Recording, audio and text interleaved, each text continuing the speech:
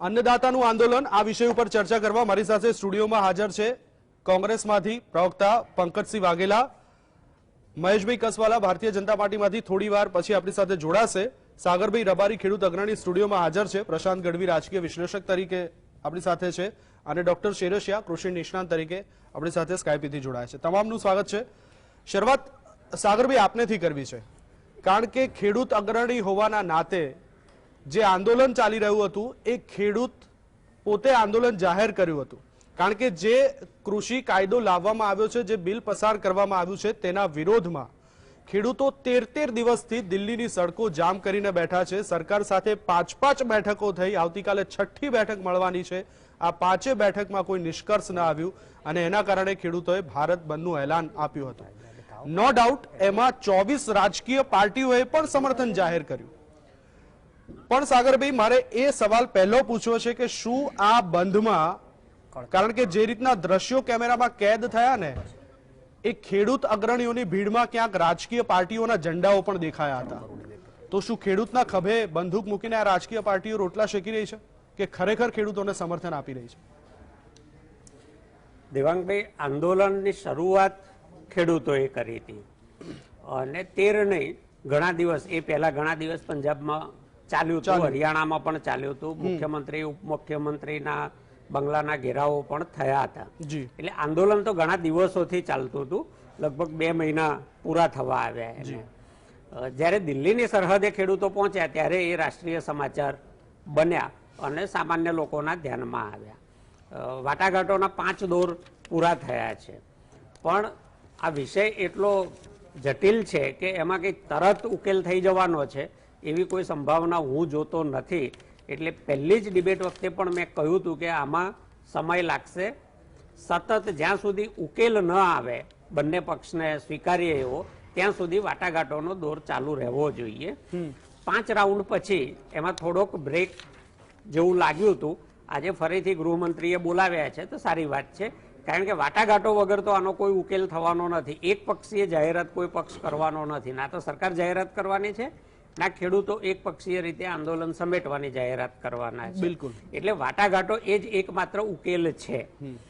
બીજું કે જો શરૂઆતના દિવસો સુધી ચાલ્યું ત્યારે કોઈ રાજકીય પક્ષ આવ્યો નહોતો, કદાચ પાછળ હશે તો જાહેર રીતે તો નથી જ કોઈએ આવ્યું એક પણ રાજકીય પક્ષ। છેક દિલ્હીની સરહદે આવ્યા, ખૂબ મોટી સંખ્યા થઈ, બીજા રાજ્યોમાંથી છૂટક છૂટક ખેડૂતો આવવા માંડ્યા, એ પછી રાજકીય પક્ષો આવ્યા છે। બધા જ જે 22-23 ના તમે નામ ગણાવી શકો એ બધા જ પાછળથી આવ્યા છે, કોઈ પહેલેથી નથી આવ્યા। હા, રાજકીય પક્ષો છે એટલે આંદોલનનું સમર્થન કે વિરોધ કરે એ એમનો અધિકાર છે, પણ આમાં આંદોલન પહેલા દિવસથી ખેડૂતોનું હતું, આગેવાની ખેડૂતોની જ હતી અને આગેવાની છેક સુધી નિર્ણાયક આગેવાની ખેડૂતોની જ રહેવી જોઈએ। કોઈ પણ રાજકીય પક્ષ પછી એને પોતાનું આંદોલન કરવાનો કે પોતે કરે છે અને પોતે જ નિર્ણાયક છે એવો જો દેખાવ કે દાવો કરે તો એ ખોટું છે। ખેડૂતોનું આંદોલન હતું, ખેડૂતોનું જ છે અને ખેડૂતોનું જ રહેવું જોઈએ। સરકાર ખેડૂતો તરીકે જોશે અને ખેડૂતો સરકારને સરકાર તરીકે જોશે તો જ બેની વચ્ચે સમાધાનની શક્યતા છે। રાજકીય હુંસાતુસીમાં બિલકુલ મુદ્દો એક બાજુ રહી જશે અને રાજકીય ટકરાવમાં આખી વાત ખેડૂતોની જે આ કઈ મહેનત છે એનાથી સહમત અસહમત હોઈ શકો, પણ એમણે જે આટલા દિવસ મહેનત કરીને ખેડૂતોએ એક વાત ઊભી કરી છે એ મુદ્દો રોળાઈ ના જવો જોઈએ, એ કોઈ પણ દરેક રાજકીય પક્ષે ધ્યાન રાખવું જોઈએ। બહુ સાચી વાત છે સાગરભાઈ તમારી, કારણ કે કોઈ પણ સમસ્યાનું સમાધાન એ વાતચીત દ્વારા, વાટાઘાટો દ્વારા જ આવે છે અને ઇતિહાસ પણ એનો સાક્ષી છે। ચાહે ગમે તેટલી મોટી સમસ્યા હોય, પરંતુ એ દરેક સમસ્યાનો સમાધાન વાતચીત દ્વારા આપણે ઉકેલી શકાય છે। અહિંસક આંદોલન કરવાથી, તોફાનો કરવાથી કોઈ પણ સમસ્યાનું સમાધાન નથી મળતું।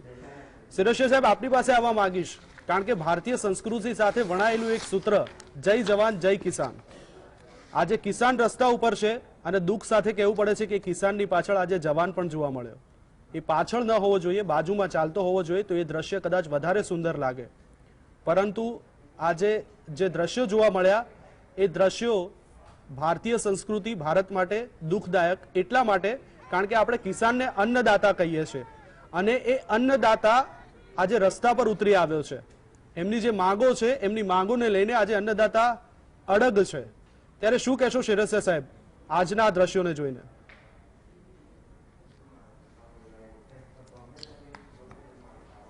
દેવાંગભાઈ, સૌથી અગત્યની બાબત એ છે કે આપણે આખા દેશની રાજનીતિ તમે જુઓ તો ખેડૂતો આધારિત રાજનીતિ છે. તમે ગમે ત્યારે આપણે જોઈએ તો નેતાઓ ભાષણની અંદર શરૂઆત જ એવું કરે કે ભારત ખેતી પ્રધાન દેશ છે અને આ દેશના મોટા ભાગના લોકો ખેતી સાથે સંકળાયેલા છે. આ મુખ્ય મુદ્દા હોય છે ભાષણના. તો આજે ખેડૂત દુઃખી હશે તો આ દેશ ચાલવાનો નથી. હવે સરકાર એમ કહે છે કે આ કાયદા ખેડૂતના ફાયદા માટેના છે. ખેડૂતોને અસંતોષ છે અથવા તો અવિશ્વાસ છે કે આ કાયદાથી અમને ફાયદો નહીં થાય. તો વાટાઘાટો દ્વારા આનું સમાધાન આવવું જોઈએ અને જે ખેડૂતો રસ્તા ઉપર આવવું જોયું એ મારી દ્રષ્ટિએ બિલકુલ વ્યાજબી નથી. એ રસ્તા ઉપર આવ્યા પહેલા જો આનું સમાધાન થઈ ગયું હોત તો એ વધારે ઉત્તમ હતું અને હજુ પણ મોડું થયું નથી. સરકારે ખેડૂત આગેવાનો સાથે બેસી અને આ ત્રણેય કાયદા જે છે એમાં કયા કયા મુદ્દાઓ છે, એના શું ફાયદા છે, સામે ખેડૂતોના જે પ્રશ્નો છે એનું સમાધાન કરવું જોઈએ. દાખલા તરીકે પહેલો કાયદાની હું વાત કરું, એપીએમસી એક્ટમાં ફક્ત એક જ સુધારો કર્યો છે કે એપીએમસીમાં માલ વેચી શકાશે અને પ્રાઇવેટ માર્કેટની અંદર પણ તમે માલ વેચી શકશો. પણ ખેડૂતને આશંકા એ છે કે બંને જગ્યાએ માલ વેચાશે. જો પ્રાઇવેટની અંદર ઊંચા ભાવ મળશે બિલકુલ તો એપીએમસીમાં કોઈ માલ લાવશે નહીં, એટલે એપીએમસી અંતે બંધ થશે. તો એના હિસાબે કારણ કે એમએસપીનું જે વેચાણ છે એ બધું એપીએમસીમાં જ થવાનું છે. તો ખેડૂતને આશંકા એ છે કે અમને એપીએમસીમાં એમએસપીના ભાવ મળે છે એ જ મુજબના જો અમને પ્રાઇવેટ માર્કેટની અંદર પણ મળી રહે તો અમને કોઈ વાંધો નથી. તો આ વસ્તુ જે છે એને વિશ્વાસ અપાવવાની બાબત છે અને જરૂર પડે તો કાયદાની અંદર આટલો સુધારો મારી દ્રષ્ટિએ કરવો જોઈએ કે તમારે કોઈ ચિંતા કરવાની જરૂર નથી. એમએસપીથી નીચે આખા દેશની અંદર કોઈ જગ્યાએ માલ નહીં વેચાય, આટલું એશ્યોરન્સ જો ખેડૂતને મળી જાય જી અને મારી દ્રષ્ટિએ જરૂરી પણ છે. જી કારણ કે પ્રાઇવેટ માર્કેટની અંદર એવું બનશે કે શરૂઆતમાં ખેડૂતને ઊંચા ભાવ આપશે જી પણ પછી 2-3 વર્ષ પછી જ્યારે આ એપીએમસી બંધ થઈ જશે ત્યારે પછી ખેડૂતો માટે બીજો કોઈ વિકલ્પ જ નહીં રહે. તો એ સમયે વેપારી પછી એને મનગમતા ભાવ આપીને એનો માલ અને વાંધા કાઢશે કે તમારું ગુણવત્તા સારી નથી, આવું છે તેવું છે. તો આ એક મુદ્દો છે. બીજો જે મુદ્દો જે છે એમનો કરાર આધારિત ખેતીનો છે. તો કરાર આધારિત ખેતી છે એની અંદર જમીન કોઈ ગીરવે રાખવાની કે એવી વાત નથી, એનો કોઈ કરાર થવાનો નથી. ફક્ત માલ તમારો વેચાણ માટેનો જ કરાર થવાનો છે. જી પણ એમાં એક મુદ્દો મારી દ્રષ્ટિએ ઉમેરવાની જરૂર છે અને ખેડૂતોની પણ માંગ છે કે ટ્રાય પાર્ટી એગ્રીમેન્ટ થવું જોઈએ, ત્રિપક્ષીય કરાર. આ કરાર છે એ વેપારી અને ખેડૂતની વચ્ચે અથવા તો પ્રોસેસર અને ખેડૂતની વચ્ચે થવાનો છે. તો એના બદલે જો સરકાર પક્ષે એક ત્રીજી પાર્ટી એની અંદર ઉમેરવામાં આવે તો ખેડૂતોને એશ્યોરન્સ મળે કે ભાઈ ગમે તે ડિસ્પ્યુટ ઉભો થશે તો સરકાર અમારી સાથે છે. તો અત્યારે કારણ કે આમાં વાંધો પડે તો તમારે એસડીએમ સુધી તમારે ધક્કા ખાવાના છે. હવે આજે દેશની અંદર કરોડો ખેડૂત છે અને એના બધાના વાંધા છે એ ત્યાં સુધી પહોંચશે અને એનો નિકાલ આવશે, ઘણી લાંબી રાહ જોવી પડશે. બિલકુલ. તો પાર્ટી એગ્રીમેન્ટ જો કરવામાં આવે, ટ્રાય પાર્ટી એગ્રીમેન્ટ, તો મારી દ્રષ્ટિએ આ કરાર આધારિત ખેતી સારી છે. કારણ કે એની અંદર પહેલાથી એશ્યોરન્સ આપવામાં આવે છે કે તમારે આ પ્રકારનો માલ હશે તો અમે તમને આ ભાવ આપીશું. બિલકુલ તો સારી વસ્તુ છે, એમાં કોઈ વાંધો નથી, હરીફાઈ પણ થશે. બિલકુલ. તો પરંતુ ખેડૂતો રોડ ઉપર જે આવ્યા છે, હડતાલ પાડી છે, એ મારી દ્રષ્ટિએ બરાબર નથી. કારણ કે ખેડૂતોએ ખરેખર તો એમના ધારાસભ્ય છે એને ઘેરવા જોઈએ, એમના જે સંસદ સભ્ય છે એમના પાસે જવું જોઈએ કે તમે શું કરો છો, અમારી જે મુશ્કેલી છે તમે કેમ મંત્રીશ્રી સુધી પહોંચાડતા નથી અથવા તો સરકાર સુધી પહોંચાડતા નથી. એટલે આમાં સરકાર અને વિપક્ષ મારી દ્રષ્ટિએ બંનેની જે સક્રિય ભૂમિકા જે હોવી જોઈએ. અત્યારે ટેકો આપ્યો એ જુદી વાત છે, બિલકુલ, પણ ખરેખર ખેડૂતોની સાથે ઉભા રહે અને એના પ્રશ્નો સરકાર સુધી પહોંચાડવા જોઈએ, એ વિરોધ પક્ષનું પણ કામ છે. બિલકુલ. એટલે મારી દ્રષ્ટિએ આ જે બની રહ્યું છે એ બરાબર નથી. ચલો, શેરસિયા સાહેબ કહી રહ્યા છે કે જે થઈ રહ્યું છે એ બરાબર નથી થઈ રહ્યું. સરકાર જે કાયદા લાવી છે એ કાયદામાં ક્યાંક એમને સૂચનો કર્યા છે અને એ સૂચનો કદાચ ખેડૂત અગ્રણીઓએ જે આ 5-5 બેઠકો થઈ એમાં સરકાર સમક્ષ પણ મૂક્યા હશે. હવે તકલીફ ક્યાં છે, શું નિષ્કર્ષ આવશે, એ તો આવતીકાલે જે બેઠક છે એમાં શું પરિણામ આવે છે એની ઉપર જોવાનું રહ્યું. હું આપણી સાથે મહેશ કસવાલા પણ જોડાયા છે બીજેપીમાંથી. મહેશભાઈ, સ્વાગત છે આપનું. આવું છું આપની પાસે, પરંતુ એ પહેલા પ્રશાંતભાઈ પાસે જઈ આવું. પ્રશાંતભાઈ, જે રીતના ખેડૂત સમર્થનમાં ભારત બંધનું આજે એલાન, 24 રાજકીય પક્ષોએ પણ સમર્થન જાહેર કર્યું. ગઈકાલે કેન્દ્રીય મંત્રી રવિશંકર પ્રસાદે પ્રેસ કોન્ફરન્સ કરીને કેટલાય રાજકીય પાર્ટીઓના જે પ્રમુખો છે એમની પોલ ખોલવાનો પણ પ્રયત્ન કર્યો. કારણ કે જે કાયદો અત્યારે સરકાર લાવી છે એ કાયદાના જે જોગવાઈઓ છે એ ભૂતકાળમાં કેટલીય રાજકીય પાર્ટીઓ આ કરવા ચાહતી હતી, એમના મેન્ડેટમાં પણ છે. એ તમામ બાબતો ઉપર ગઈકાલે એમને ખુલાસો પણ કર્યો. આજે મારે જે સાગરભાઈને પૂછ્યું એ જ મારે તમને પૂછવું છે કે ખેડૂતોના નામે રાજનીતિ થઈ રહી છે, કારણ કે જે 24 પાર્ટીઓએ સમર્થન જાહેર કર્યું, આજે ખેડૂતોની વચ્ચે બેસીને જે દ્રશ્યો સામે આવ્યા, રાજકીય પાર્ટીઓના ઝંડા લહેરાતા આપણે જોવા મળ્યા. જય જવાન જય કિસાનનું સૂત્ર શું આ સાર્થક થઈ રહ્યું છે? એટલે એ વાત બહુ સાચી છે કે ખેતી પ્રધાન દેશમાં પ્રધાનો અને નેતાઓ હવે રાજકીય ખેતી કરવા નીકળ્યા છે. અત્યારે મને સૌથી પહેલા આમ તો ન થવું જોઈએ આંદોલન, પણ આનંદ એ વાતનો છે કે ઘણા સમય પછી કોઈ એક સાચા હકની એક લડાઈ દેખાઈ રહી છે. ખેડૂતો સાચા અર્થમાં બહાર આવ્યા. પહેલા એવું લાગ્યું ભાઈ કદાચ ભાડુતી હશે, ખાલી પંજાબ હરિયાણાથી આવ્યા એટલે કંઈક ચઢાઈને મોકલ્યા હશે, પણ જે રીતે બોર્ડરો ચક્કાજામ થવા માંડી, બધા બહાર દેખાણા, મિટિંગો થઈ અને બહુ જ પ્રોફેશનલ સરસ મિટિંગ. સરકારને ખેડૂતોની મિટિંગ થાય, સરકાર સરકારનું ખાય, ખેડૂતો ખેડૂતોનું ખાય, બધા પોતપોતાના ઘેરથી ટિફિન લઈને ખાય, એટલે આ સંવાદ થયો. હવે મારી ચિંતા એ છે કે કોઈ પણ કાયદો જ્યારે સરકાર ઘડતી હોય ત્યારે એ કાયદો બહુ મોટી એક્સરસાઇઝ હોય, આખી રાતોરાત થતું નથી. 1 વર્ષ 2 વર્ષ 5 વર્ષની એક્સરસાઇઝ હશે આ. તો આ 5 વર્ષની એક્સરસાઇઝ થયા પછી આ જે 5 મિટિંગ અત્યારે થઈ કાયદો લાયા પછી, એ કાયદો લાવતા પહેલા જો આ ખેડૂત સંગઠનો જોડે થઈ હોત, એ ચર્ચા વિચારણા થઈ હોત, કારણ કે મારે તમને આપવાનું છે તો તમને પૂછવું પડે તમારે શું જોઈએ છે, બિલકુલ, અને કયા પ્રકારના ચેન્જીસ અમારે રિક્વાયર્ડ છે. તો કેટલા ખેડૂત સંગઠનોને વિશ્વાસમાં લીધા છે સરકારે, કયા ખેડૂતો જોડે વાતો કરી છે, કયા રાજ્યની ભૂગોળના આધારે ત્યાંની એટલે ભૂગોળ ત્યાંનું વાતાવરણ એ પ્રમાણે એના આધારે કાયદા બનાવ્યા છે. તો એ બધું જાણ્યા પછી આ જ વસ્તુ જો 5-7 મિટિંગ કાયદો લાવતા પહેલા થઈ તો કદાચ આ પરિસ્થિતિનું આજે નિર્માણ. પ્રશાંતભાઈ, ખેડૂત તમે તો ખેડૂત આગેવાનની વાત કરો છો, એવો પણ આક્ષેપ છે કે સરકારે પોતાની જે સાથી પક્ષો છે એમની સાથે પણ ચર્ચા નથી કરી અને એનું પરિણામ પણ આપણે જાણીએ છીએ શું થયું છે પંજાબ.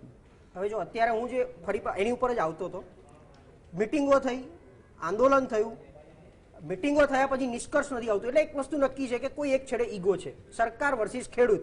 સરકારને એમ છે કે અમે કાયદો લાયા એટલે હવે અમે પાછો નહીં ખેંચીએ. ખેડૂતોને એવું છે કે અમે અમારા હક માટે લડીને રહીશું, તમને ઝુકાઈને રહીશું. આ ઈગો હવે અત્યારની વર્તમાન સરકાર ઉપર જે કંઈ છાંટા બધા ઉડાડે છે અને ઉડે છે કે ભાઈ સરકાર સાંભળતી નથી, વિપક્ષનો અવાજ દબાઈ દેવામાં આવે છે, જેવી રીતે આજે ઘેરીબંધી કરી, લોકોને નજર કેદ પણ કર્યા, એમ એમના સાથી પક્ષોને નથી લીધા. હવે સાથી પક્ષોમાં અકાલી દળ જે હતું અને હરસિમરત કૌરનું રાજીનામું એ પણ એટલું જ સાક્ષી પૂરે છે, પણ એમાં ક્યાંક એમની દુકાન બંધ થઈ જતી હશે, રાજકીય દુકાન. કારણ કે એ મને જ્યાં સુધી સમાચાર છે, સાગરભાઈ કદાચ વધારે ઇનપુટ આપે, પણ આખા પંજાબ હરિયાણાનો, ખાસ કરીને પંજાબનો એપીએમસી લગભગ એમની પાસે, અને કમિશન એજન્ટ તરીકે સૌથી મોટું નામ બાદલ ફેમિલીનું આવે છે. તો એમની રાજકીય દુકાન બંધ થતી દેખાઈ રહી છે, એટલા માટે સરકારની વિરોધમાં. બાકી અકાલી દળમાંથી એકમાત્ર નેતા અને કેન્દ્રીય મંત્રી રહી ચૂકેલા હરસિમરત કૌર, શું કામ રાજીનામું આપવું પડે? અને આપ્યા પછી સરકારે એમને પાછો વળવાનો પ્રયત્ન કર્યો છે કે નથી કર્યો, કેમ નથી કર્યો? તો આ બધી વસ્તુ આશંકા ઉભી કરે છે. હવે એની એથી વિશેષ કે આ જે વિપક્ષો અત્યારે ભેગા થયા છે, જેમ 2019ની લોકસભા વખતે પણ મોદી વર્સિસ ઓલ, એમ અત્યારે મોદી વર્સિસ બીજા તમામ પક્ષો જયારે ઉભા થઈ રહ્યા છે, તો આ રાજનીતિ જયારે ખેડૂતો સામા, કારણ કે ખેડૂતોએ કીધું જ નથી કે અમને તમે બધા સમર્થન આપો, ખેડૂતો સાચા અર્થમાં બહાર નીકળ્યા છે, પણ દરેક લોકોને અત્યારે પોતપોતાનો રાજકીય લાડવો ખાઈ લેવો છે, તો બધા પોતપોતાની રીતે એમાં મહેનત કરી રહ્યા છે. આ રાજનીતિ ન હોવી જોઈએ ખેતી પ્રધાન દેશમાં. મને એટલા માટે એક નાનકડી વાત યાદ આવે છે કે સરકાર એટલે રાજ્ય જ, આમ તો આપણે કહી શકાય કે મારા રાજમાં આ થઈ રહ્યું છે. હું યાદ કરાવું ભાવનગરના મહારાજા કૃષ્ણકુમારસિંહ ગોહિલને, એના 2-3 સાચા સારા દ્રષ્ટાંતો છે કે એમણે એવું કીધું, મારા રાજનો એક પણ વ્યક્તિ અને ખેડૂત તો ભૂખે ન જ મરવો જોઈએ, અને ખેડૂત એની ફરિયાદ લઈને ના આવવો જોઈએ. અને એક ખેડૂત, એના 2 બળદ ચોરાઈ ગયા હતા. કૃષ્ણકુમારસિંહ ગોહિલને આઝાદી પછી ચેન્નઈના ગવર્નર બનાવ્યા હતા, મદ્રાસના, એ વખતનું મદ્રાસ. 2 બળદની એ ફરિયાદ કરવા ઠેઠ મદ્રાસ સુધી ગયો હતો અને ત્યાંથી એમણે ચિંતા વ્યક્ત કરીને નહીં કીધું હતું કે ભાઈ આના 2 બળદ ગમે એમ કહીને પહેલા ઘેર પાછા મોકલાવો. બિલકુલ. એટલે આ પ્રકારનો સંવાદ, આ પ્રકારની સંવેદના એકબીજા પ્રત્યે સરકાર વર્સિસ કોઈ પણ વ્યક્તિ, ખેડૂત બી નહીં, વ્યક્તિ, આ પ્રકારની એક સંવેદના. પ્રશાંતભાઈ, હવે ચિંતા એ જ થઈ રહી છે કે સંવાદ ચાલી રહ્યો છે. સાગરભાઈએ કીધું એ રીતના કે આ કઈ 10-15 દિવસ કે 13 દિવસનો, આજે 13મો દિવસ છે, પણ 13 દિવસનું આંદોલન નથી. આ બિલ જ્યારથી આવ્યું છે ત્યારથી વિરોધના સૂર ઉઠવાના તો શરૂ થઈ ગયા છે. પણ આ હવા ત્યારે પકડી કે જ્યારે દિલ્હીની સરહદો સીલ થવા લાગી અને સેંકડોની સંખ્યામાં ખેડૂતોએ ત્યાં આંદોલન કરવાની શરૂઆત કરી. 5-5 બેઠકો થઈ ગઈ છે સરકાર સાથે. આપણે જે મુદ્દા ચર્ચ્યા, નો ડાઉટ એ બધા મુદ્દા પણ ત્યાં ચર્ચાયા હશે, એના ઉપર ખુલાસો પણ સરકારે આપ્યો હશે, પણ તેમ છતાં હજુ કોઈ નિષ્કર્ષ નથી આવ્યું. ત્યારે હું હવે પંકજભાઈ આપની પાસે આવવા માંગુ છું. ખેડૂતોએ તો સમર્થન માંગ્યું નથી રાજકીય પાર્ટીઓનું, છતાં પણ કોંગ્રેસ ખેડૂતોને સમર્થન આપવા અને આ પહેલા પણ 4 તારીખે ગુજરાતના દરેક જિલ્લાઓમાં કાર્યક્રમ પણ કર્યા, ધરણાનો કાર્યક્રમ પણ યોજ્યો, આજે પણ ભારત બંધના સમર્થનમાં તમે આવ્યા. પણ ક્યાંક આ ભારત બંધ એ પ્રતિષ્ઠાનો જંગ હોય એવું લાગ્યું. ખેડૂત સમર્થનની વાતો ઓછી દેખાઈ. જેમ આજે તો મુખ્યમંત્રીએ પોતે એમ કીધું કે રાહુલ ગાંધીને તો કોથમીર અને મેથીમાં ફરક નથી ખબર પડતો અને એ સમર્થનમાં આવ્યા છે. સૌપ્રથમ તો જીએસટીવીના માધ્યમથી સમગ્ર ગુજરાતના વેપારીઓ, ધંધા રોજગારવાળા, એપીએમસી વાળા, ઓટો રિક્ષા એસોસિએશન, જે પણ લોકોએ આ ખેડૂતોના સમર્થનમાં કોંગ્રેસે કરેલા અને એના સાથી પક્ષોએ કરેલા આહવાનને સમર્થન આપવા બદલ એ સૌનો ગુજરાત કોંગ્રેસ વતી હું ખૂબ ખૂબ આભાર માનું છું. આપે જે વાત કરી કે અત્યારે એક જ વાત ચાલી રહી છે કે જે કંઈ કરો, જેમ વાત કરી સરકારનો ક્યાંક ઈગો હોય, ખેડૂતોનો કોઈ ઈગો જ નથી, એમના સાથી પક્ષોને પણ ના લીધા હોય, વિધાનસભામાંથી પ્રશ્નોત્તરીને પણ નાબૂદ હોય કરતા હોય, ધરણા માટેનો કાર્યક્રમ તો ઠીક છે, પરંતુ જ્યારે અમે કલેક્ટરને આવેદનપત્ર આપવા માટે અમે જઈએ 5 જણા, તો પણ અમારી પર 188 ને 131ની કલમ લગાવીને 7-7 કલાક સુધી અમને બેસાડી દેવામાં આવતા હોય.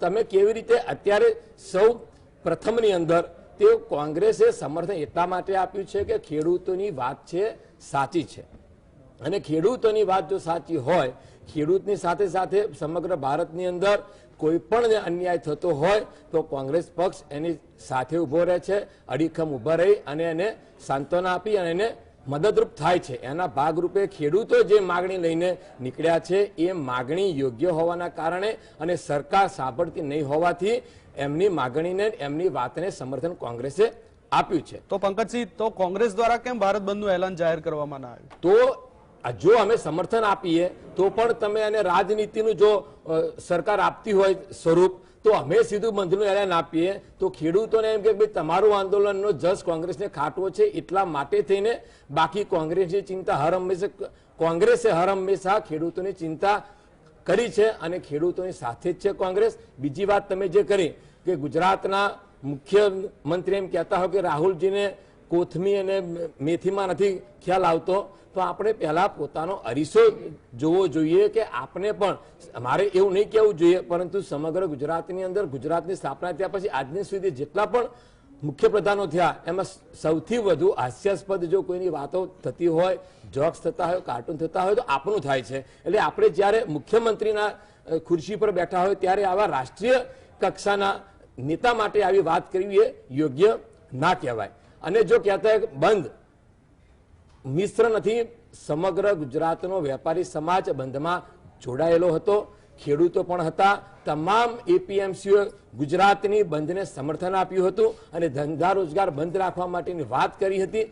પરંતુ આમણે સરકારનો ઉપયોગ કરી અને તેના ધારાસભ્ય હોય, મંત્રી હોય અને પોલીસનો પણ ઉપયોગ કરીને બજાર ખોલાવવા માટેના પ્રયત્નો વર્તમાન સમયની 24 કલાકની અંદર આ લોકોએ કર્યા છે અને વેપારીઓને એપીએમસીમાં ફરજિયાત ખરીદી કરવા આવવા માટેના ફોન કરવામાં આવ્યા છે, દુકાનો ખોલવા માટે. આજ દિન સુધી આપણે જોયું હશે કે કોઈ પણ આંદોલન હોય તો એને બંધ કરાવવા માટે સમર્થન માટે લોકો આવતા હોય છે, જ્યારે સરકાર તરફના લોકો 25 વર્ષથી ગુજરાતની અંદર શાસન કરતા લોકો આજે બજાર બંધ ના કરશો, ખુલ્લું રાખો એવું કહેવા માટે નીકળ્યા. એટલા માટે 100% એમને શું કરવું છે અને એમને શાના માટે આવું કરવું જોઈએ, પંકજજી, ખેડૂતોની માગણીની મારું વાત હોય કહેવાનું ત્યારે. એ જ થાય છે કે ખેડૂતો બાજુમાં રહી ગયા અને આ કદાચ ભાજપ કોંગ્રેસનો પ્રતિષ્ઠાનો જંગ હોય આજનું બંધ એ રીતના જોવા મળ્યું અમે કે તો ભાઈ કે અમારું વડનગરમાં સમર્થન- સજ્જડ બંધ રહ્યું, કોંગ્રેસના કાર્યકરો સફળ રહ્યા, અમદાવાદમાં બંધ ના રહ્યું, ભાજપના કાર્યકરો સફળ રહ્યા. એટલે આ રીતની જો દાવ ખેલાતો હોય અને ખેડૂત ભૂલાતો હોય તો આ ક્યાંક રાજકીય રોટલા શેકવાની જ વાતો કોંગ્રેસે થાય છે. ક્યારે આ વાતને પોતાને પ્રતિષ્ઠાનો જંગ બનાવ્યો જ નથી. આ મુદ્દો ખેડૂતોનો છે અને ખેડૂતોની સાથે કોંગ્રેસ ઊભી છે. આ ખેડૂતની સાથે અમે છે ને ખેડૂતના સમર્થનમાં આવે છે. ક્યાંય અમે અમારી વાત નથી કરી, પરંતુ કોંગ્રેસમાં નથી ખેડૂતો, કોંગ્રેસમાં જે માનતા હોય એ લોકો નથી ખેડૂત માનતા. તમે આજે હું છું અમદાવાદ જિલ્લા કોંગ્રેસનો પ્રમુખ હોવાની સાથે સાથે હું પણ એક ખેડૂત છું, એટલે હું જઉં બજારમાં તો કે કોંગ્રેસ વાળા નીકળ્યા છે. અમે કોંગ્રેસ તરીકે ખરા, પણ સાથે સાથે એક ખેડૂત તરીકે અને ખેડૂતની લાગણી સમજીને અમે બજારો બંધ કરાવવા અને લોકો સામેથી અમને ઉમળકાભેર, અને હું તો એમ કહું છું કે વડાપ્રધાનનું વતન જે વડનગર છે, સમગ્ર ગુજરાતના સૌથી વધુ જો બંધ પાડ્યો હોય વડનગરે પાડ્યો છે. વડનગરને આજે હું ખૂબ ખૂબ અભિનંદન આપું છું અને આભાર પણ માનું છું. બિલકુલ. ચલો મહેશભાઈ, આપની પાસે આવું છું. છેલ્લે એટલા માટે રાખ્યા કારણ કે તમામ નિષ્ણાતોનો મત જાણ્યા પછી તમારી પાસે આવવું હતું.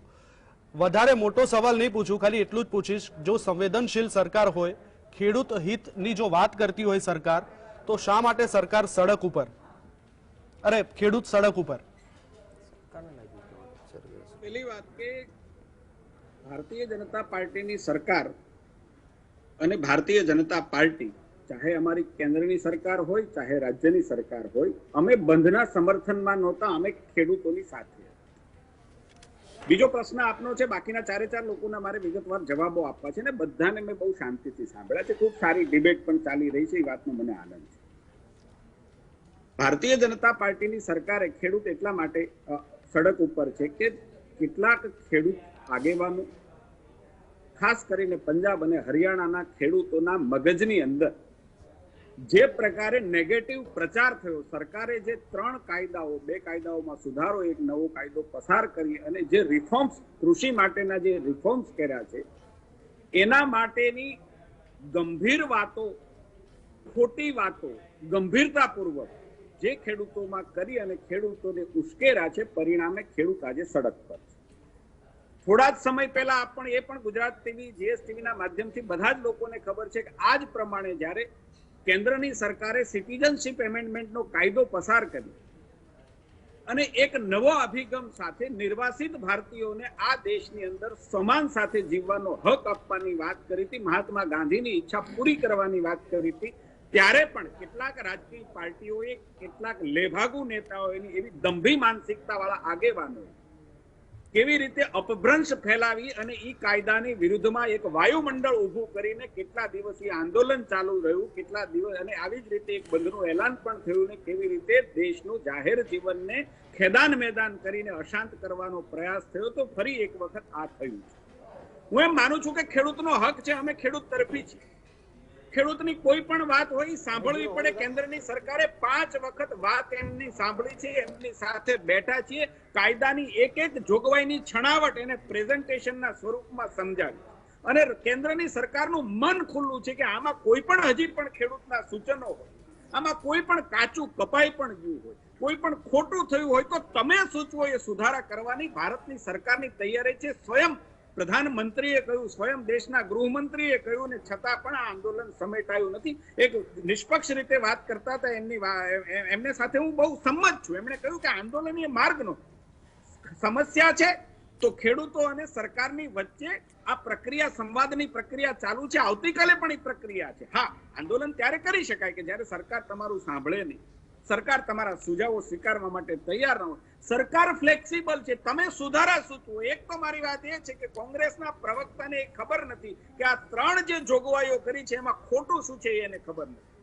બીજી વાત મારે એ કરવી છે આપને કે જે કરાર માટેની વાત ભાઈએ પણ કરી કે કરાર છે એની અંદર કોઈ ક્ષતિ છે. કરારની અંદર કોઈ ક્ષતિ નથી. ખેડૂતોની જમીનને સુરક્ષિત કરી, ખેડૂતોને આ કરારની અંદર મહેશભાઈ તમે બહુ જ અગત્યના મુદ્દા ઉપર બોલી રહ્યા છો એટલે કદાચ તમારે વધારે ટાઈમ જોઈશે, પણ મારે અત્યારે સમય થયો છે એક બ્રેક લેવાનો. આપણે કન્ટિન્યુ કરીશું તમારાથી જ, પરંતુ એક બ્રેક બાદ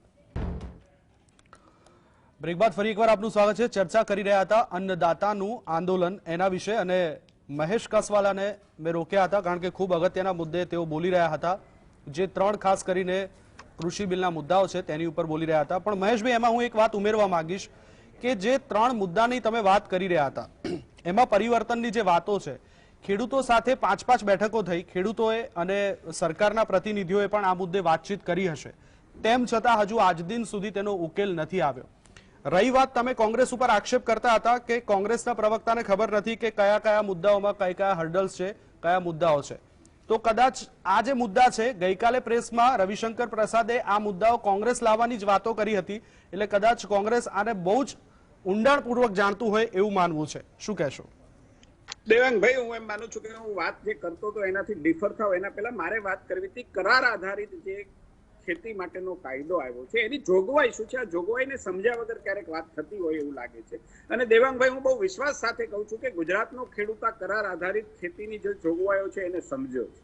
અમે ગામડાની અંદર 8 ઇલેક્શન હતું ત્યાં પણ જતા હતા, કોંગ્રેસના લોકો એનો અપપ્રચાર કરતા હતા, પરંતુ આ કરાર આધારિત જે ખેતી દેવાંગભાઈ છે એ કરાર આધારિત ખેતીને ગીરવે રાખવાની નથી કે તમને 15 વર્ષ માટે હું મારી ખેતી ગીરવે આપી દઉં છું, તમારે જે વાવવું હોય વાવજો. આ કાયદાની જોગવાઈ નથી દેવાંગભાઈ. કાયદાની જોગવાઈ એ છે કે નાના ખેડૂતો 5-10 કોઈ વ્યક્તિ હોય, કોઈ મિલનો માલિક હોય, ઓઇલ મિલ હોય, એમ કહે કે મારે 200 વીઘાની મગફળી કરવી છે, તો 5 કે 10 નાના ખેડૂતો જેની 5 વીઘા જમીન છે, 10 વીઘા જમીન છે, એવા ખેડૂતો એમની સાથે કોન્ટેક્ટ કરે, એમને એ મગફળી વાવવા માટેનો કરાર કરે. મગફળી એને કયા ભાવે લેવી છે, એટલે ટેકાનો ભાવ છે એના કરતા વધારે ભાવે જે લેશે, એટલે એને ખેડૂતને એ મગફળી કેટલા ભાવે વેચાશે એનો પણ ખ્યાલ આવે. મગફળી વાવવા માટેનું સારા બિયારણ માટેનું એડવાન્સ આપે, એના માટેનો વીમો વેપારી લઈ અને ખેડૂત મગફળી પકાવે, એની મગફળી છે એ લે. આ કરાર આધારિત ખેતી છે. પાક સાથે એનો પાક સિઝનનો છે, પાક છે, એ પાક માટેનો કરાર છે, ખેતી જમીન માટેનો કરાર નથી. આ કરાર છે એ વેપારી અને ખેડૂત માટેનો છે. ખેડૂતને પોસાય તો જ કરાર કરવાનો છે. હવે આમાં જે વાત આવતી હતી દેવાંગભાઈ કે ત્રિપાખ્યું, આની અંદર સરકારના કોઈ પ્રતિનિધિ, આવું ક્યારેય થઈ શકે નહીં, તો આનું સરકારીકરણ થઈ જાય. ખેતી જે છે એ 2 પાર્ટીઓને ડિસ્પ્યુટ પડે તો ઓટોમેટિકલી સરકાર પાસે આવી જાય. આવું ક્યારેય કરાય નહીં. કાયદાકીય પ્રાવધાન એને આપી અને ખેડૂતની ખેતી છે એ ક્યારેય લીલામ ન થાય, કોઈ વેપારી એને હડપ ન કરી જાય, એના માટેનો આ કાયદો છે ને એમાં કાયદાનું પ્રાવધાન છે કે કોઈ પણ સંજોગોની અંદર પાક નિષ્ફળ જાય, પાક ઓછો થાય, પાકની ક્વોલિટી છે એ પ્રકારનો પાક ન થાય તો પણ કોન્ટ્રાક્ટર જે છે, વેપારી છે, એ ખેડૂતની ખેતી ઉપરથી કોઈ એને લીલામ ન કરી શકે, એના ઉપર કશું જ ન કરી શકે, અને એ ખેતી છે એ ખેડૂતની છે, એને સ્વતંત્ર માલિકીની એની પોતાની રહે એટલી સુરક્ષિત આ કાયદામાં કરવામાં આવી છે. મને સમજાતું નથી કે કોંગ્રેસના લોકો એમ જ કે છે કે આ ખેતી છે એ બધા ફેક્ટરીઓ વાળા લઈ જશે, ખેતી છે એ અદાણી, અને 2 નામ તો એને પાકા મોઢે છે કે અદાણી લઈ જશે ને અંબાણી, ત્રીજું નામ એને ખબર નથી. પણ મહેશભાઈ, તમે કરાર આધારિત ખેતીની વાત કરી, પણ મેઇન જે મુદ્દો છે કે આપણે એપીએમસી એક્ટમાં સુધારો લાવવાનો હતો, આપણે એપીએમસી ને મજબૂત કરવાની હતી, એમએસપી બાંધવાની વાત કરવાની. તમે તો છૂટક બજારોને મજબૂત કરવા અહીંયા પ્રાવધાન હોય એવું લાગી રહ્યું છે. આપ સાંભળશો તો એનું પણ કહીશ. એટલા માટે કે કોન્ટ્રાક્ટ ફાર્મિંગ અત્યારે પણ થાય છે, ઘણા વર્ષોથી ગુજરાતમાં થાય છે. હજી સુધી કોઈ ખેડૂતની જમીન લીલામ થઈ નથી ને થવાની પણ નથી. આ કાયદાની જોગવાઈ છે. કાયદાની જોગવાઈ એટલા માટે કરી કે એને સંવૈધાનિક રીતે ખેડૂતને પોતાની ખેતી માટે સુરક્ષિત કરી દેવામાં આવ્યો છે. ને હજી ભારત સરકારનું મન ખુલ્લું છે કે આ કાયદામાં કોઈ પણ સંશોધન લાવવું હોય તો હજી ભારતની સરકાર એના માટે તૈયાર છે. બીજી વાત, એમણે જે એપીએમસી એક્ટની વાત કરી, એપીએમસી એક્ટમાં સુધારો કરવો, જે સુધારો અત્યારે ભારતની સરકાર લાવી છે, એ સુધારાની વકીલાત તો 2008 થી કોંગ્રેસના શાસનમાં થઈ. માનનીય શરદ પવારજી જ્યારે આ દેશના કૃષિ મંત્રી હતા ત્યારે દરેક મુખ્યમંત્રીને એને એપીએમસી એક્ટમાં સુધારો લાવવા માટે, એપીએમસી એક્ટ ખતમ કરીને ઓપન બજાર કરવા માટેના પત્રો લખ્યા છે. આપણી પાસે પત્રો અત્યારે ઉપલબ્ધ પણ છે. એ પછી માનની રાહુલ ગાંધીએ 2013 ની અંદર પ્રેસ કોન્ફરન્સ કરી અને શાકભાજી, ફળો એને એસેન્શિયલ કોમોડિટી એક્ટમાંથી કાઢી નાખી, એક મોડર્ન એપીએમસી એક્ટ લાવવાની, આ જ એક્ટ લાવવાની વાત કરી. કપિલ સિબ્બલજી અને મહત્વના મનમોહનસિંહજી સહિતના વરિષ્ઠ કોંગ્રેસના આગેવાનોએ સંસદના ફ્લોર ઉપર આની ચર્ચા કરી છે, મીડિયાના માધ્યમથી યુટ્યુબ પર એના વિડીયો ઉપલબ્ધ છે. તો આજે કોંગ્રેસને પેટમાં દુખે છે શું એ કોંગ્રેસ જુદી હતી? શું એ કોંગ્રેસના રાહુલ ગાંધી, કપિલ સિબ્બલ, માનની મનમોહનસિંહ, શરદ પવાર આ બધા જ લોકો ના સમજ હતા? અત્યારની કોંગ્રેસ જે રોડ ઉપર ઉતરી છે વગર કારણે એને ખબર નહોતી? એપીએમસી એક્ટમાં સુધારો કરી, ભાઈ હમણાં કહેતા હતા કે એપીએમસી નબળી પડશે. એપીએમસી ક્યારેય નબળી ન પડી છે, પરંતુ ખેડૂતને એટલી સુવિધા આપી છે કે એપીએમસી ના લાયસન્સ હોલ્ડર વેપારીઓ જે છે 5-15 વેપારીઓ તમારી હરાજી કરે અને તમારો ભાવ બાંધે. એના કરતા તમને જો બજારની અંદર વધારે ભાવ મળતો હોય તો તમને બજારમાં વેચવાની છૂટ છે. એ ચાહે કોઈ ગુવાહાટીનો વેપારી ગુજરાતની અંદરથી ખરીદી શકે તો એને લોકલ એપીએમસી નો ટેક્સ જે શેષ આપણે કહીએ છીએ નહીં લાગે. પરિણામે ખેડૂતના 2.5% પૈસા બચશે. બીજો અર્થ એનો એ થયો કે વેપારી 2.5% લેખે ખેડૂતને વધારે પૈસા આપી શકશે. સવાલ એટલો છે કે તો હમણાં કોઈએ શંકા વ્યક્ત કરી કે એપીએમસી માં ખેડૂત જશે જ નહીં. એવું નથી. જો એ બહારનો વેપારી વધારે ભાવ આપતો હશે તો કોઈ પણ સંજોગોની અંદર એપીએમસી ની અંદર લાયસન્સ હોલ્ડર જે વેપારીઓ છે એને પણ એ જ બજારથી માર્કેટ યાર્ડમાં ખરીદી કરવી પડશે. અને જો માર્કેટ યાર્ડની અંદર એ જ વેપારી બહાર જે પ્રકારના ભાવથી ખરીદી કરે છે એ જ ભાવ આપશે તો ખેડૂત ત્યાં પણ આવશે. અને આજે પણ ભારતની સરકાર હોય કે રાજ્યની સરકાર હોય, એપીએમસી ની અંદર કરોડો રૂપિયાની ગ્રાન્ટ આપી આ એપીએમસી ખેડૂતોની સંસ્થાને મજબૂત ઇન્ફ્રાસ્ટ્રક્ચર સાથે આ ખેડૂતની સંસ્થાઓને વધારે મજબૂત બનાવી રહી છે.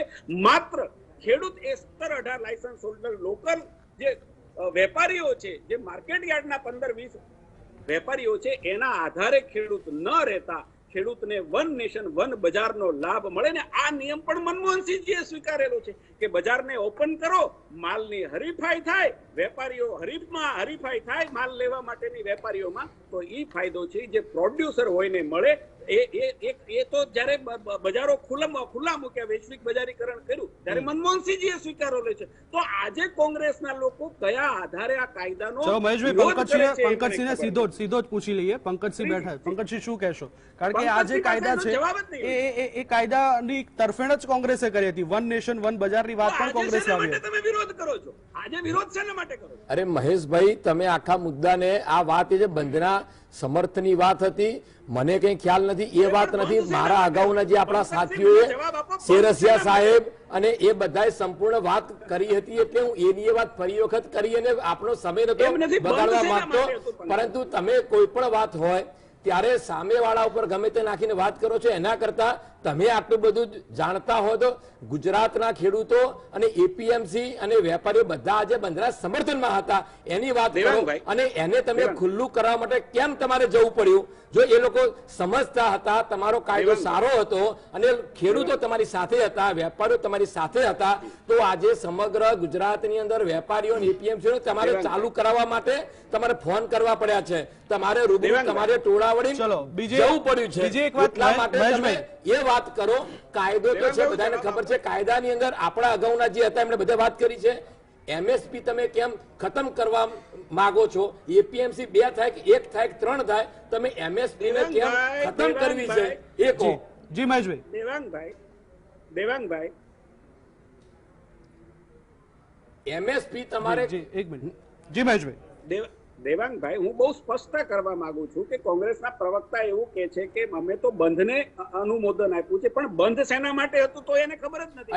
એવું કે છે કે મહેશભાઈ, તમે બંધ શાના માટે તમને ખબર નથી?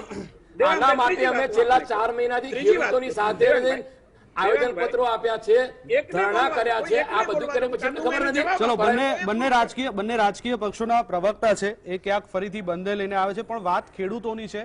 તો અન્નદાતા ઉપર જ્યારે આપણે ચર્ચા કરીએ છીએ તો જેમ ડેકોરમ બ્રેક પહેલા જળવાયું એવું ડેકોરમ બ્રેક પછી પણ જળવાય એવી આશા રાખું છું. મહેશભાઈ આવું છું આપની પાસે. પણ એ પહેલા જે એક્ટની વાત નીકળી છે તો આપણે કૃષિ નિષ્ણાત આપણી સાથે શિરસિયા સાહેબ પણ છે, એમની પાસે સીધા જઈએ કે જે રીતની વાત તમે કરી રહ્યા છો, જો એ વાત શક્ય છે તો શા માટે અન્નદાતા રસ્તા ઉપર આવ્યો છે? શિરસિયા સાહેબ.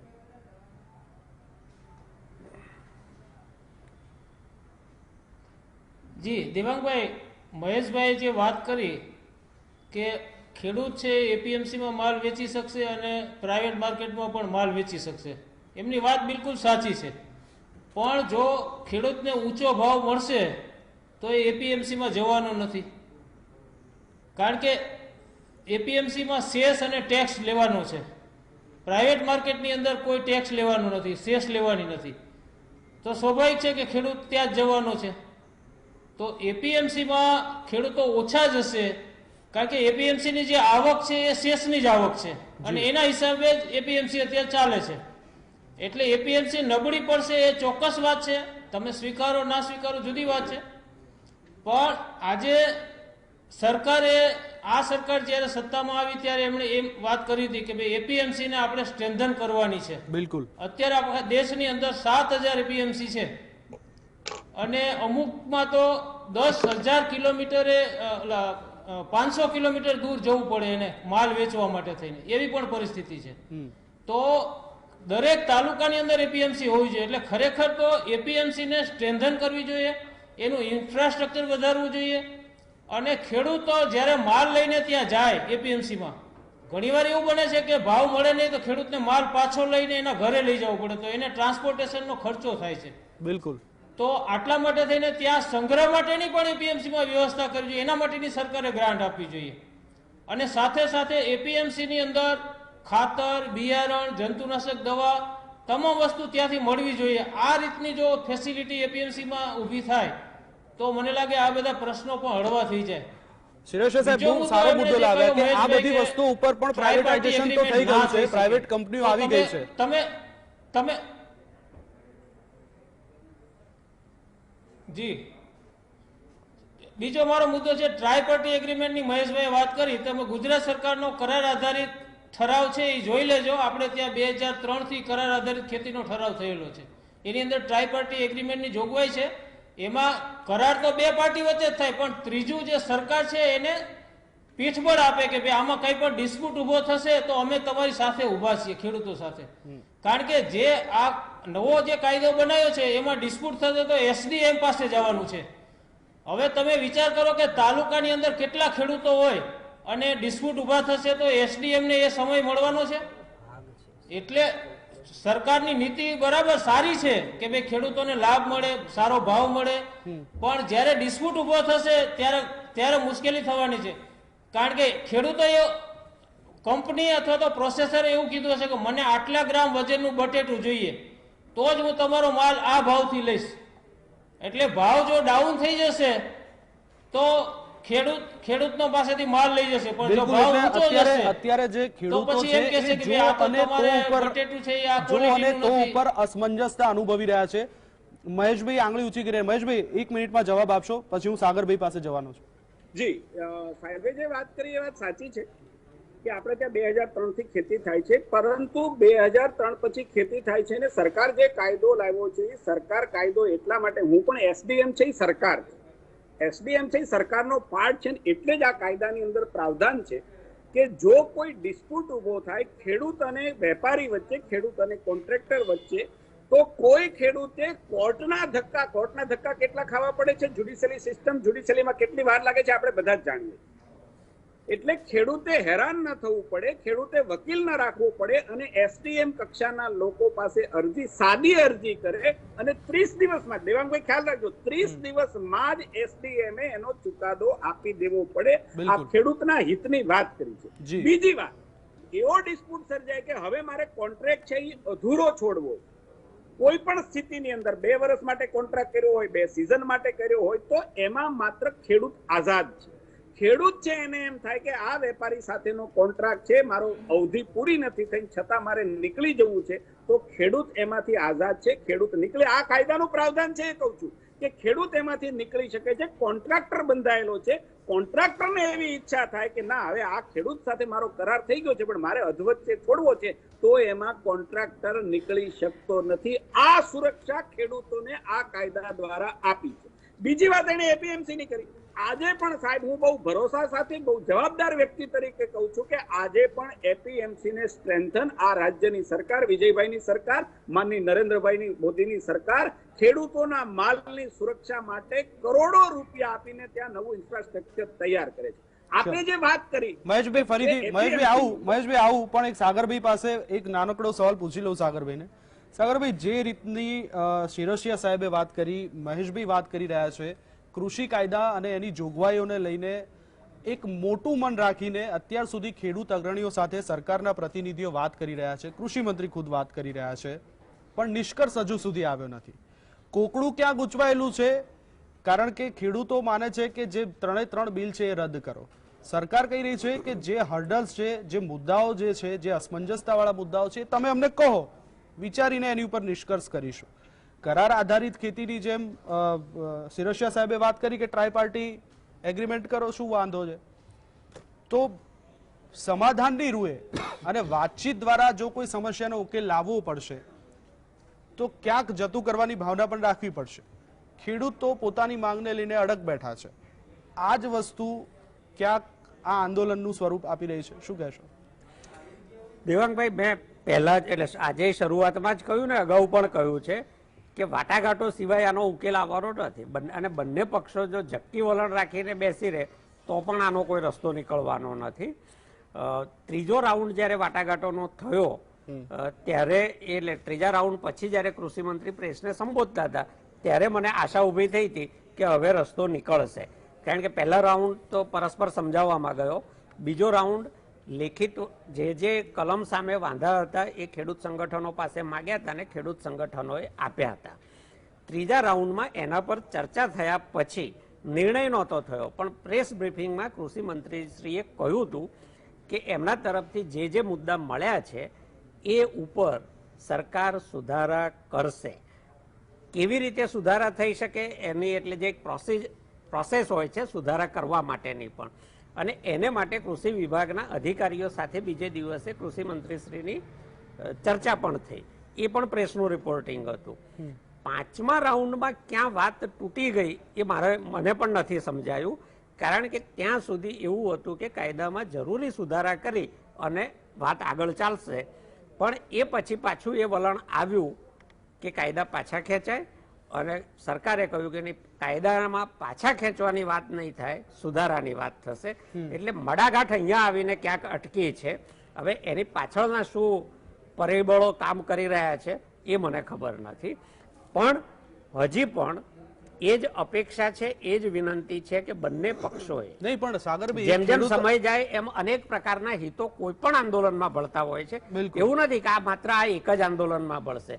ભૂતકાળમાં પણ ભળ્યા છે, અત્યારે પણ થશે અને ભવિષ્યમાં પણ થશે કે કોઈ પણ આંદોલન જ્યારે એક હદથી વધારે લાંબુ ચાલે ત્યારે એમાં અનેક પ્રકારના પરિબળો ભળતા હોય છે અને જેમ દિવસ જાય એમ સમાધાન વધારે મુશ્કેલ બનતું જતું હોય છે. પણ સાગરભાઈ, ઇતિહાસ એ વાતની પણ સાક્ષી છે કે ગમે તેવું આંદોલન હોય પણ એનો ઉકેલ હંમેશા વાતચીતથી આવ્યો છે. હિંસક આંદોલન કરવાથી ક્યારેય નથી આવ્યો. દેવાંગભાઈ, ભારતને આઝાદી પણ વાટાઘાટોથી જ મળી છે અને આપણું બંધારણ પણ એ જ કહે છે એટલે ચર્ચાથી જ ઉકેલ આવે. સાગરભાઈ, એક ખેડૂત અગ્રણી તરીકે જે રીતના કૃષિ કાયદાઓના જે પ્રાવધાન છે એને તમે કેવી રીતે મૂલવી રહ્યા છો? શું ખરેખર ફેરફાર કરવો જોઈએ કે પછી રદ કરવું જોઈએ? મારો એકલાનો નહીં, અનેક લોકોનો આ અભિપ્રાય હતો, છે, અને હું તો હજી એનાથી એક ડગલું આગળ પણ કહું.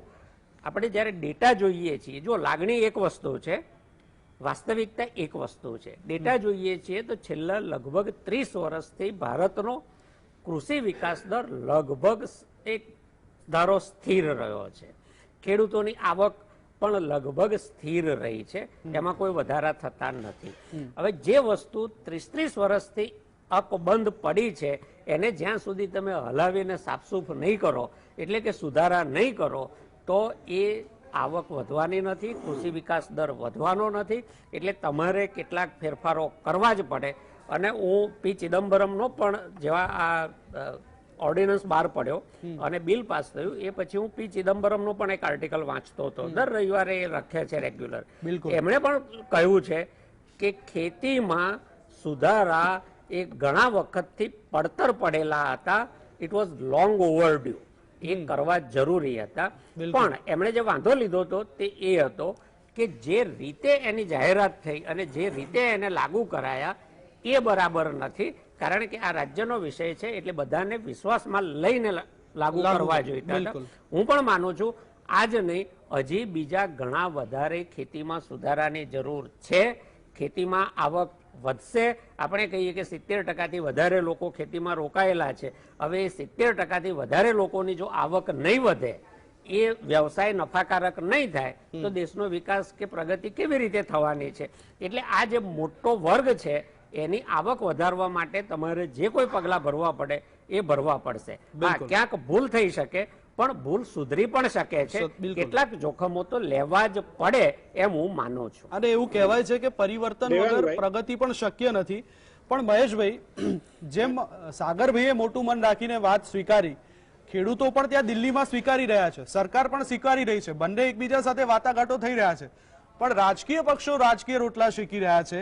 હવે મહેશભાઈ, સવાલ એ થઈ રહ્યો છે, આપની ઉપર પણ આક્ષેપો એવા લાગી રહ્યા છે, જેમ હમણાં સાગરભાઈએ પોતે પણ કીધું કે જે કૃષિ બિલ લાવતા પહેલા તમારે ખેડૂત અગ્રણીઓ સાથે, દરેક રાજ્યોના ખેડૂત અગ્રણીઓ સાથે ચર્ચા વિચારણા કરવી જોઈતી હતી, પણ એમાં ક્યાંક સરકાર ઊણી ઉતરી.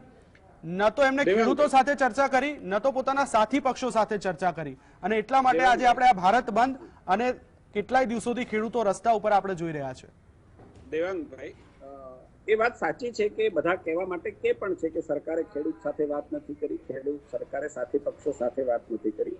એ કહેવા માટે બરોબર છે, કારણ કે એ બધી સ્ટીરિયોટાઇપ વાતો છે.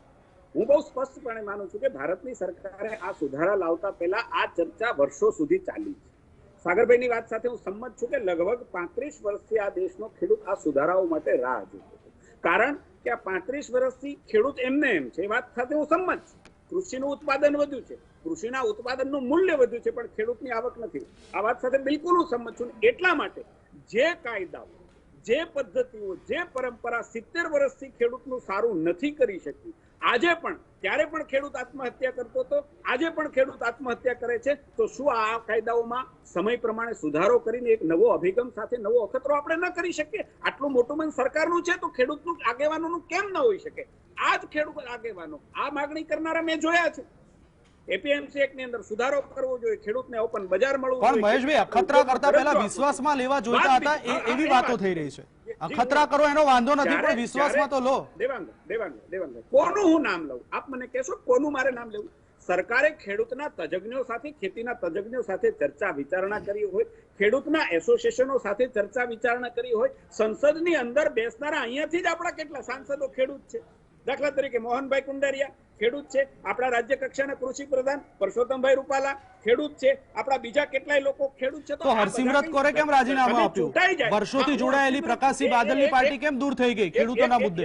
બહુ સાચી વાત છે. મારે સાર્વજનિક રીતે એને કહેવું કે ન કહેવું એ જુદી વાત છે, પણ જ્યારે હરસિમરતસિંહ કૌર ભારતીય જનતા પાર્ટીની સાથે હતા, જ્યારે વટહુકમ કર્યો, વટહુકમ બહાર પાડ્યો, કેબિનેટની અંદર મંજૂરી મળી, ત્યારે આ જ પાર્ટીએ આને આવકારી છે. દુનિયા, દેશના બધા જ મીડિયાને તમે જોઈ લે. 3 મહિના પછી જ્યારે સંસદની અંદર કાયદો પસાર કર્યા પછી અચાનક શું થયું? ધરતી છે પગ નીચેથી ક્યાંક રાજકીય રીતે ખસી, અને પરિણામે એમણે જે કર્યું એને મુબારક, એની રાજનીતિ ભારતીય મહેશભાઈ, મારે વાઇન્ડ અપ કરવું પડશે, પણ એક 30 સેકન્ડ મારે પ્રશાંતભાઈની લેવી છે. પ્રશાંતભાઈ શું કહેશો? જે રીતના રાજકીય 30 સેકન્ડ મને આપો, મારે પણ નીકળવું પડશે. દેવાંગભાઈ 30 સેકન્ડ મને આપો કે હરસિમરતસિંહ કૌરને શાના માટે રાજીનામું આપવું પડ્યું, શાના માટે એમણે આ સ્ટન્ટ કરવો પડ્યો, જાણે છે. મારે આજની વાત એટલી છેલ્લી એ કરવી છે કે હું ગુજરાતના ખેડૂતોને, ગુજરાતના સમાજ જીવનને સલામ કરું છું. એ અંધ નથી, ખેડૂત છે એ તમામ સમાજો સાથે સ્વીકારાયેલો છે, અને એટલે બહુ ગર્વથી કહી શકું કે ગુજરાતનું સમાજ જીવન છે એ અંધ નથી ને, એટલે ગુજરાત બંધ ન રહ્યું. અને મારે વાત એ કરવી છે કે આજે ક્યાંય ખેડૂત છે એ બંધ કરાવવા નહોતો ગયો. જી મહેશભાઈ, પ્રશાંતભાઈને સાંભળી લઈએ. 30 સેકન્ડ. આંદોલન એને શાના માટે કરવા માટે લઈ એ મને ખબર નથી.